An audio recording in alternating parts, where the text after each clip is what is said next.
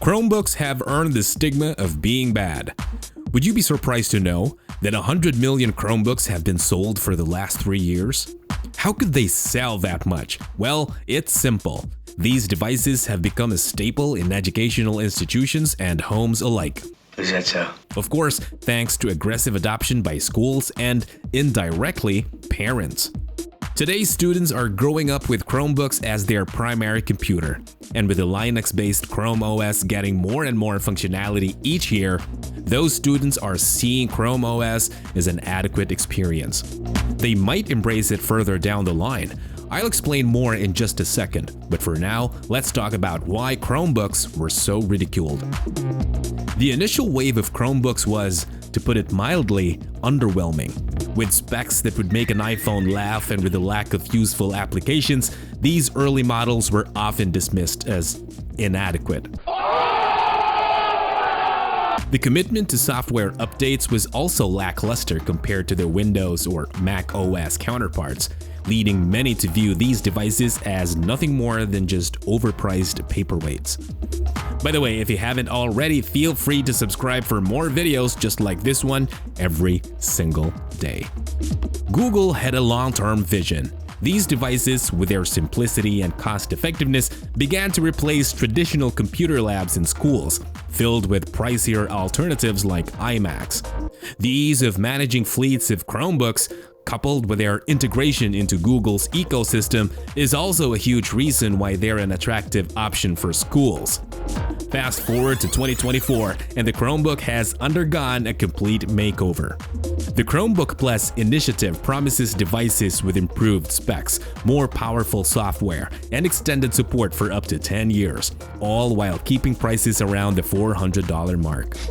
Models like the Acer 514 Chromebook Plus boasts a 1920 by 1200 display, a Ryzen 3 processor, and decent SSD storage, giving a compelling alternative to similarly priced Windows machines. What sets Chromebooks apart is their lightweight Chrome OS, powered by Linux. I mean, if you take the Acer 514 and have Windows installed on it, it'll be a worse experience just from Windows being a heavy OS to run. That's heavy too. Of course, Windows will have more apps from the get-go, but Chrome OS also allows for seamless integration of Linux native applications like Blender, GIMP, Audacity, and Kdenlive, transforming these devices from mere internet browsers to capable machines for getting your work done. Just make sure you have beefy processors if you're planning to use your Chromebook for 3D modeling with Blender or video editing with Kdenlive. With the release of Valve's Proton compatibility layer, even Chrome OS has joined the gaming party.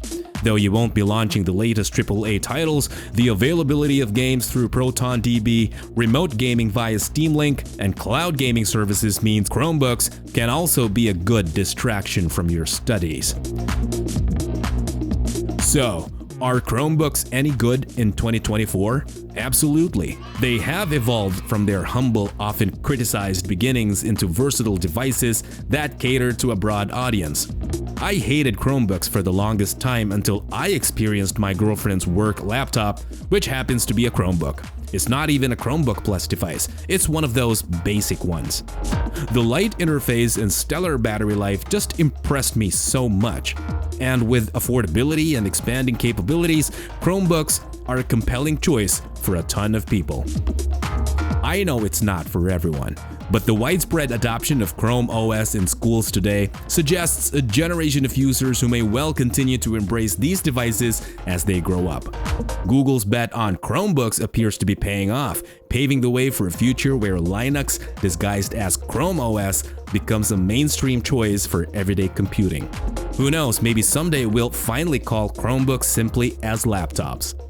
If you want to check the Acer Chromebook Plus laptop, you can find the links in the description box below. This has been Marty, and I'll see you tomorrow.